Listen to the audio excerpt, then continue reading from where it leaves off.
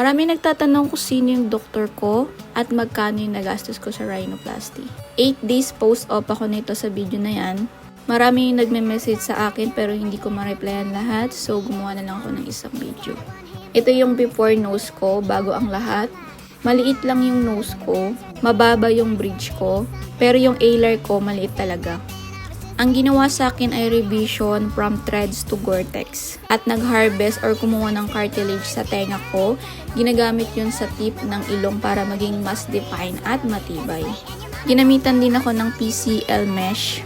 Isa yung biocompatible material na tumutulong sa pag-shape at pagsuporta ng nose tip. Hindi rin ako in-alar trim since hindi naman wide yung alar ko. Yung peg na ni-request ko is Korean straight nose. Kaya kung mapapansin nyo, mataas siya pero mukhang natural siya tingnan. Hindi ako naglagay ng filter para makita nyo talaga yung hulma ng ilong. Kaya makita nyo yung mukha ko nagbabalat. Ganyan yung side view ko.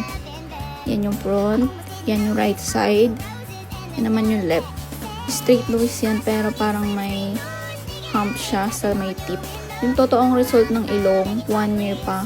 Yung ilong ko wala pa siyang 1 taon. Kaya may time na parang bilugan siya, parang magaganon. Ang aking doktor ay si Doc Mark Christian C.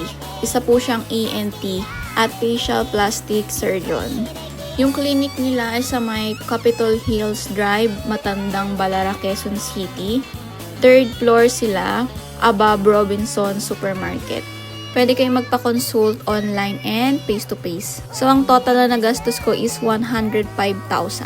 Revision from threads to Gore-Tex. Plus 3,500 para sa meds.